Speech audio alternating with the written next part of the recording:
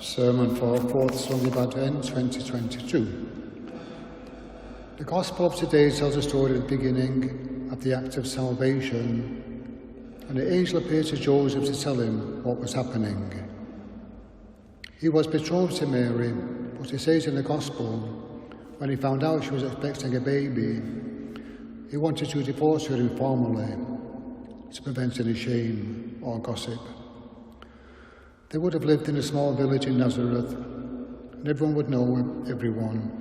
If people realised that Mary was expecting a child before they'd formally married, then it would have resulted in gossip and shame.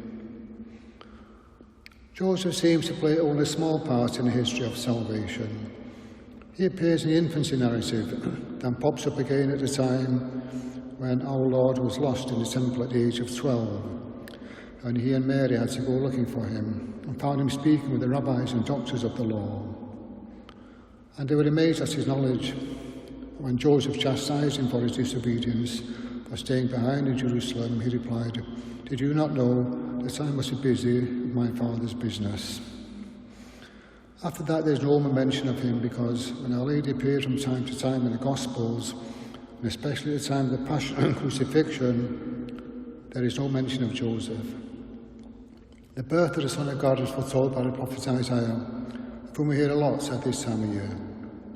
The maiden is with child and will soon give birth to a son whom she will call Emmanuel, a name that means God is with us. Nobody knew the fate that would await the Son of God, who would be cruelly put to death on the cross by the very people he was born to save. If you ever see the film The Mission, you will see a similar story.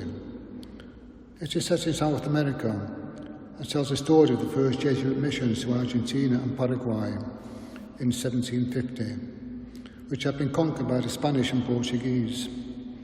But the missionaries came to try and bring religion to this tense situation, where often the natives were enslaved and brutalized.